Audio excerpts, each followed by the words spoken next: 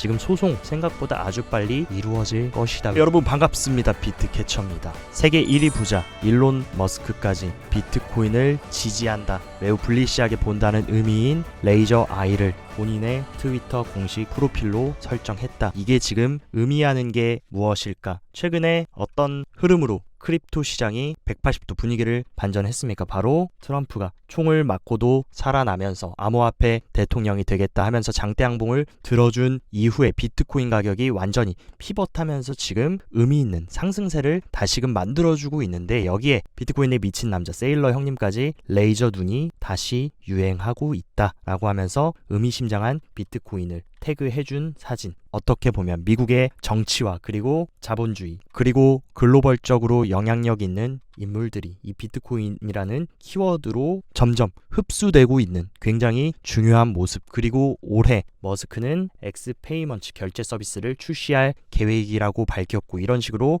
머스크가 레이저 아이 프로필을 했다라는 거 크립토의 불리시한 의미로 해석될 수 있고, 엑스페이먼트에도 많은 대다수의 분들이 크립토 결제는 포함되지 않을 것이라고 얘기했지만 이런 스탠스를 보여준다면 정말 깜짝, X에도 페이먼츠가 크립토를 수용하는 그런 움직임도 충분히 저는 기대해 볼 수 있는 상황이라고 생각됩니다. 그리고 설상가상으로 대선 106일을 앞두고 바이든 같은 경우는 후보직을 전격 사퇴하면서 부통령인 해리스가 이제 트럼프와 대적을 할 것이다 라고 했는데, 트럼프는 어떤 자신감 있는 발언을 해줬습니까? 해리스가 이기기 더 쉽다. 실제로 지금 바이든이 사퇴했다고 하고 나서 해리스 부통령은 트럼프 내가 이기기 위해서 무엇이든 하겠다, 무엇이든의 의미 뭐겠습니까? 안 그래도 지금 폴리마켓의 지지율을 비교하면 트럼프와 해리스의 지지율 격차는 바이든과 사실 크게 다를 것이 없다. 이미 어떻게 보면 트럼프가 이번 미국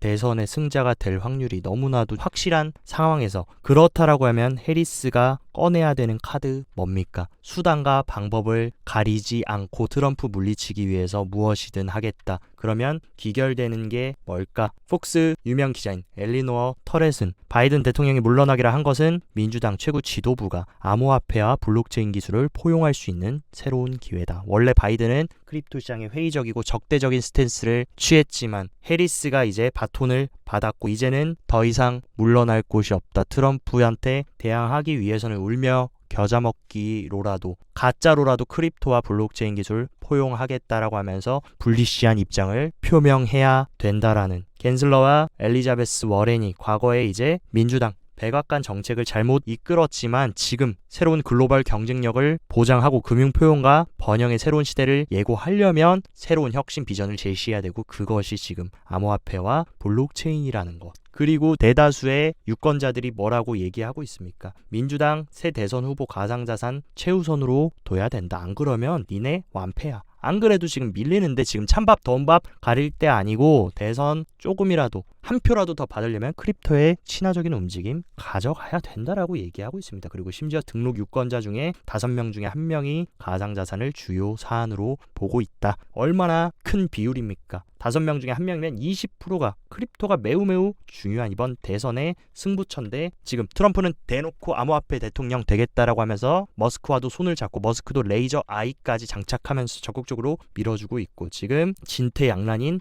해리스도 바이든과는 180도 다른 크립토의 친화적인 움직임 가져간다. 그러면 공화당이 되나 민주당이 되나 어쨌든 대선까지는 크립토 시장 정치적으로는 길이 열렸다라고 볼 수 있습니다. 그리고 갤럭시 디지털의 CEO 마이크 노보그라츠까지 민주당 다음 후보 나온다면 많은 사람 기부할 거다. 왜냐하면 최근에 바이든의 모습을 보고 많은 민주당의 고액 후원자들이 다 등을 돌렸는데, 이제 해리스가 바톤을 터치받고 바이든과 완전히 180도 다른 반대의 움직임을 가져가면서 크립토의 친화적인 움직임 보여준다라고 하면 원래 민주당 지지자들이 다시 돌아올 수 있는 그런 흐름을 만들어주고 있다. 그리고 트럼프는 어떤 걸 계획하고 있습니까? 본인이 대통령 되면 SEC 게리 갠슬러 모가지 잘라버릴 거다. 지금 많은 분들이 포인트를 잘못 짚고 있는 게, 바이든이 이제 사퇴했기 때문에 단순히 그냥 트럼프가 대통령 되면 크립토 좋을 거다, 이 부분도 있지만 크립토 시장의 가장 큰 겐세이 누구였습니까?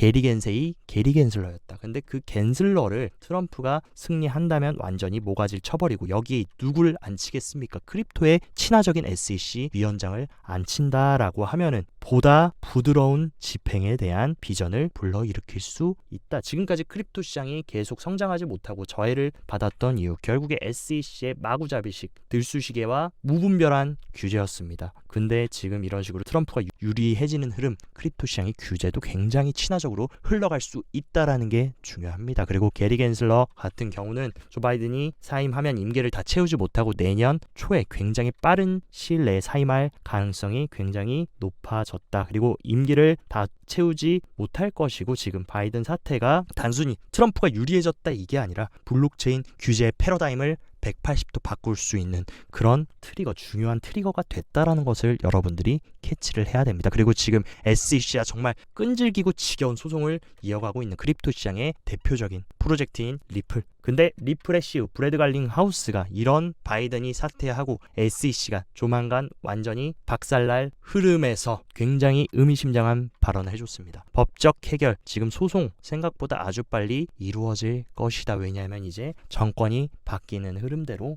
결국에 미국의 정부 핵심 기관들도 깨갱할 수밖에 없다라는 거, 그리고 리플이 승리한다라는 거, 리플만의 호재가 아닙니다. 크립토 시장 전체의 승리로 볼 수 있고, 리플은 굉장히 상징적인 크립토 시장의 메이저 코인인 만큼 리플이 만약에 이번 증권법 소송에서 승리했다, 리플을 포함한 모든 알트코인도 이제 증권이 아닌 상품으로 인정받을 수 있는 그런 굉장히 중요한 선례를 남길 수 있는 부분이기 때문에 지금 브래드 갈링하우스의 발언에 대해서도 긍정적으로 해석할 수 있는 부분이 있다고 생각합니다.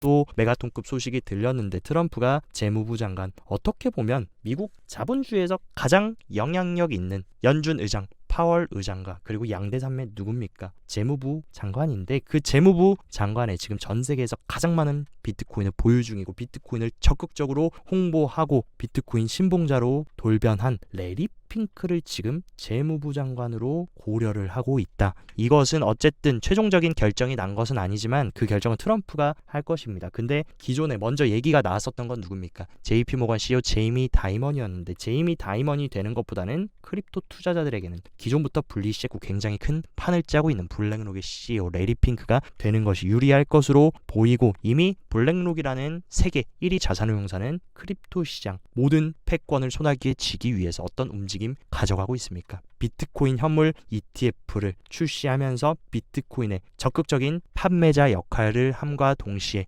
또 비트코인에 대한 메인 채굴 기업들의 최대 주주가 블랙록입니다. 거의 대다수의 메이저 채굴 기업의 지분을 블랙록은 굉장히 많이 가지고 있으면서 생산자 역할을 함과 동시에 크립토 시장의 달러, 스테이블 코인, USDC의 핵심 투자자로 자리 잡으면서 스테이블 코인 시장까지 점령하려고 하고, 최종적으로 어떤 것까지 하려고 계획 중입니까? 실물자산을 전부 블록체인 세계로 온체인으로 이동시키려는 실물자산 토큰 RWA 시장까지 적극적으로 블랙록은 개입하고 있다. 이 네 가지 사업을 추진하고 있다라는 거, 그것도 전 세계에서 가장 강력한 자본주의 최상위 포식자 블랙록, 그리고 이 블랙록의 CEO가 재무부 장관까지 된다라고 했을 때 비트코인 이대로 시즌 종료되고 OK 가고 10K 가겠습니까? 아니면 견고한 디지털 금으로서의 자리를 잡겠습니까? 아직도 큰 방향성, 큰 경로를 설정하지 못하신 분들은 최근처럼 이런 흔들기, 단기적인 차트 흔들기 조정에 털려 나갈 수밖에 없고, 소수를 선발하는 과정 끝까지 절대로 갈 수가 없다. 그러니까 시장을 조성하고 이 높으신 분들이 지금 어떤 판을 짜고 있는지를 여러분들이 정말 이 본질, 근간과 행간을 이해를 하셔야 우리가 이번 사이클 끝까지 살아서 갈 수 있다라는 것을 명심하셔야 됩니다. 그리고 비트코인 현물 ETF, 가장 중요한 비트코인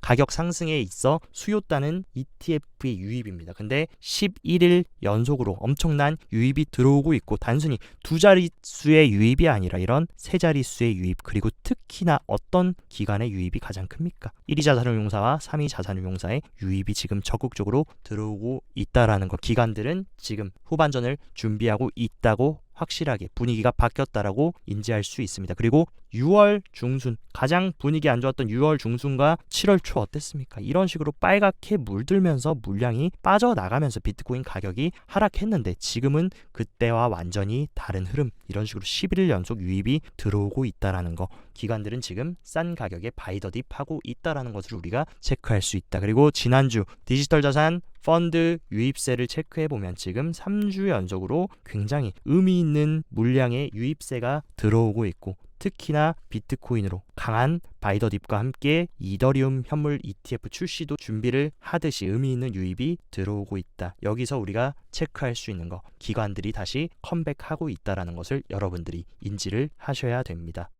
비트코인 차트 움직임 단기적으로 한번 체크를 해보자면 확실하게 비트코인이 하방 트렌드 라인을 돌파해줬고, 가장 중요했던 직전 고점까지 리테스트 이후에 장대 항복 만들어주면서 68K를 찍고 약간의 차익 매물이 실현되고 있는데, 거래량이 미비하고 만약에 여기서 조정을 받는다라고 해도 이전 고점이자 핵심 리테스트 구간이었던 63.3K 구간만 훼손해서 내려가지 않는다라고 하면 저는 충분히 이 구간을 잘 지켜준다라고 하면 충분히 신고점 테스트로 가줄 수 있다라고 저는 보고 있고, 지금 자리에 왜 저항이 나오고 있느냐, 단기 홀더들의 실현 가격이 바로 이 67K 부근입니다. 이 구간 위로 확실하게 돌파해서 안착해주냐, 이 구간을 살짝 저항을 받으면서 약간의 지지부진 물량을 소화해주는 구간에 가느냐, 이 부분이 중요합니다. 왜냐하면 단기 홀더의 실현 가격은 굉장히 강한 지지이자 저항의 역할을 하는 구간, 그래서 이 위로 확실하게 돌파해서 잘 안착만 해준다라고 하면 새로운 상승의 랠리, 과거처럼 이런 상승의 랠리를 시작해줄 수 있는 중요한 자리라는 거. 그리고 현재 지금 파이어 차트 기준으로는 70K 구간에 굉장히 강한 매도벽이 있습니다. 일단 지금 자리를 잘 물량을 소화해주고 70K 이 굉장히 강한 매도벽까지 소화를 해준다라고 하면 충분히 다시금 비트코인 신고점, 역사적 신고점을 공략해주러 갈 수 있다라고 보고 있고, 가장 좋은 흐름 뭡니까? 가장 큰 고래인 갈색 고래는 적극적인 매수세에 참여하면서 가장 작은 개미들 리테일들은 풀 매도를 치고 있는, 완전히 디커플링 되고 있는 이 상황, 굉장히 좋은 흐름이라고 저는 해석을 하고 있습니다. 그리고 내일은 어떤 크립토 시장의 개별 이벤트가 있습니까? 바로 역사적인 두 번째 현물 ETF인 이더리움 현물 ETF가 이제 본격적으로 시장에 출시되고 거래가 된다. 혹자는 이더리움 현물 ETF 출시된다라고 해서 큰 호재 아니고 오히려 그레이스케일 신탁 이더리움 물량 쏟아져 나오고 폭락할 거다. 물론 단기적으로는 환매로 인해서 조정이 나올 수 있습니다. 근데 ETF가 가지는 중요한 의미 뭡니까? ETF가 출시되기 전에는 이런 굉장히 많은 장애물과 규제에 걸려가지고 앞으로 전진할 수 없었다라고 하면 ETF는 정식 제도권 관할 하에서 기관들이 들어올 수 있는 이 엄청난 창구를 만들어 주는 겁니다. 이 수요가 들어올 수 있는 이 엄청난 통로가 생긴다라는 거, 중장기적으로 호재가 될 수밖에 없고, 어떤 혹자는 이더리움 현물 ETF는 스테이킹 안 되니까 기관들 아무도 스테이킹 안 되는 이더리움 보유하지 않을 거다. 물론 그런 기관도 있겠지만 정식으로 제도권 관할 하에 합법적으로 고객 자금을 지금처럼 경기가 불안하고 침체 위기 속에 있는 상황에서 해칭 자산으로 비트코인이 있다면 디지털 은으로 볼 수 있는 이더리움에 대한 수요도 저는 분명히 있을 것이라고 생각합니다. 단기적인 요철은 있어도 어차피 ETF가 출시된다라는 거, 비트코인이 그랬던 것처럼 분명히 중장기적으로는 기관들의 엄청난 유입이 들어올 수밖에 없는 그런 통로가 생겼다라는 것을 여러분들이 인지를 하셔야 된다. 그리고 지금 기관들의 채택뿐만 아니라 요르단 같은 경우도 국가 블록체인 기술 네트워크를 정식 출범하겠다. 이런 식으로 지금 엘살바도르부터 나이지리아, 베네수엘라 등등 이런 신흥국들이 점점 이 비트코인과 크립토를 채택하고 있다. 그리고 또한 아르헨티나까지 가상자산 포함 최대 1억 4천만 원의 비과세 혜택을 주겠다. 이것은 뭡니까? 아르헨티나 국민들이 엄청난 인플레이션, 물가 상승과 법정화폐, 화폐 가치가 점점 종이 쪼가리 쓰레기가 되어가는 폭락으로 인해서 가상자산을 적극적으로 사용하고 있는 상황. 이런 내러티브들이 지금 하나 둘씩 늘어나고 엘살바도르나 아르헨티나 이런 국가들이 계속 생겨난다라고 하면 단순히 기관이나 개인 수요단이 아니라 국가적 차원에서 비트코인 수요단이 늘어날 수 있는 겁니다. 또한 더 중요한 유동성, 올해 9월 FOMC에서 모두가 기다렸던 금리 인하가 예정되어 있고, 지금 미국채 순 발행의 올해 흐름을 체크해보면 과거에 2019년 팬데믹 당시에 경기 부양하겠다라고 해서 국채 엄청나게 찍어내고 20년까지 찍어내니까 자산시장 어떻게 됐습니까? 미친듯이 폭발하면서 상승했는데 지금도 마찬가지입니다. 작년까지는 국채 발행을 줄이는 모습 보여줬지만 올해 23년 들어서는 국채 발행을 계속해서 늘려 나가려는 움직임, 그리고 더 중요한 7월 23일, 24일, 25일에 이런 식으로 엄청난 양의 단기 국채를 늘리려고 하는 모습, 결국에 뭡니까? 미국 대선까지 국채 찍어내가지고 유동성 공급하겠다, 재정 지출하겠다라는 의미, 시장에 돈이 풀렸을 때 가장 유리한 자산이 무엇이었는지 여러분들이 되돌아봤을 때 알면 하반기에 시즌이 종료될지 대선까지 드라이브를 해줄지는 지금 큰 흐름에서는 너무 명확합니다. 그리고 미국과 함께 가장 중요한 유동성 창구인 G2인 중국까지 성장률 쇼크에 지금 급해진 나머지 5개월 만에 기준금리를 전격 인하했다. 인하의 폭은 0.1포인트로 큰 인하는 아니었지만 지금 미국보다 먼저 중국에서부터 유동성을 방출해 나가고 있다는 사실. 이제 중국도 금리 인하 해주고 9월에 미국까지 금리 인하 해준다라고 하면 어떻게 되겠습니까? 또다시 시장에 돈들이 들어오고 그 돈들은 가장 유동성이 풀렸을 때 기대할 수 있는 크립토 자산으로 유입될 수밖에 없는 흐름. 그리고 비트코인은 이미 많은 분들이 최근 조정에 따라서 시즌 종료다 뭐다 해도 가장 중요한 핵심 자산군들 중에 역사적인 가장 압도적인 수익률을 내고 있고 금에 비해서 20배가 넘는 수익률을 벌써부터 지금 퍼포먼스를 보여주고 있다. 이거 하나만으로 우리가 포트폴리오 S&P 500, 나스닥, 골드, 실버 채권 좋지만 비트코인도 넣어야 될 이유들은 개인들뿐만이 아니라 기관들한테도 너무나 설득력이 있다고 생각합니다.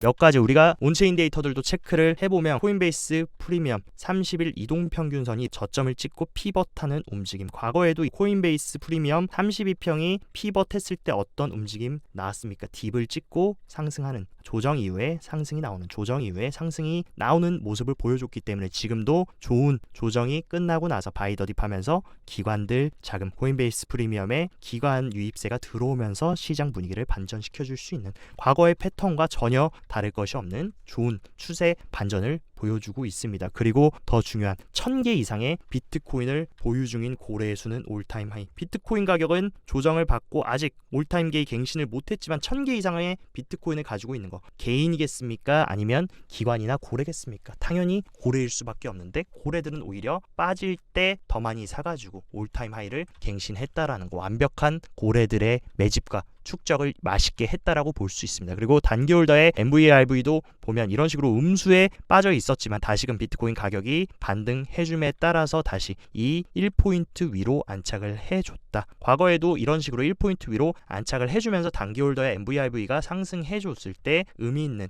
새로운 상승을 만들어줬던 만큼 또다시 새로운 상승 파동의 초입에 와 있을 수 있다는 것을 시사하고 있습니다. 그리고 맥스가 얘기하는 시장의 사이클, 보통 바닥을 찍고 나서 프리불장이 시작되고 나서 본격적으로 반감기 이후에 이런 조정의 구간 이후에 불장, 그리고 피크를 찍어준 이후에 베어마켓이 시작된다. 지금도 과거 패턴과 전혀 다를 게 없습니다. 바닥을 찍어주고 프리불장이 시작되고 나서 반감기를 기점으로 약보합, 횡보, 개미털기가 진행된 다음에 불장이 시작되고 피크를 찍어준 후에 하락장. 적어도 우리는 지금 전반전 끝났기 때문에 후반전까지 완전히 완주를 하고 나서 그때 개미들, 너도 나도 개인들이 업비트 깔고 지하철, 버스만 타도 10명 중에 7, 8명이 차트 보면서 씩 웃고 있을 때 우리는 여기 바닥부터 준비 잘 했지 않습니까? 그것들 이제 잘 넘겨주고 베어마켓 때는 여러분들이 차익 실현한 것들로 즐겁게 졸업의 맛을 즐기시면 된다. 그렇기 때문에 아직은 여러분들이 반등 나왔다고 만족하기에도, 환희하기에도 이르고 조금 빠졌다라고 해서 일희일비할 필요도 없습니다. 후반전이 남아있기 때문에 후반전 완주할 때까지는 절대 휘둘리지 말고 선동 당하지 말고 우리가 잘 짜놨던 시나리오 흐름대로 전혀 흔들림 없이 가고 있기 때문에 언제나 말씀드리는 배에 힘 딱 주고 계속 킵 고잉해서 구축해 나가기만 하면 된다는 거 명심하셨으면 좋겠습니다. 오늘 영상도 시청 진심으로 감사드리고 영상 도움되셨다 하시면 좋아요, 구독 눌러주시고 더 자세한 투자 전략 궁금하다 하시면 영상 하단 고정 댓글에 제가 운영하는 텔레그램 정보방 활짝 열어놨으니까 이쪽으로 입장하셔서 정보 편하게 잘 체크하시고 성공적인 투자 계속 이어나가시길 바랍니다. 오늘도 시청 진심으로 감사드리고 여기까지 비트캐쳐였습니다.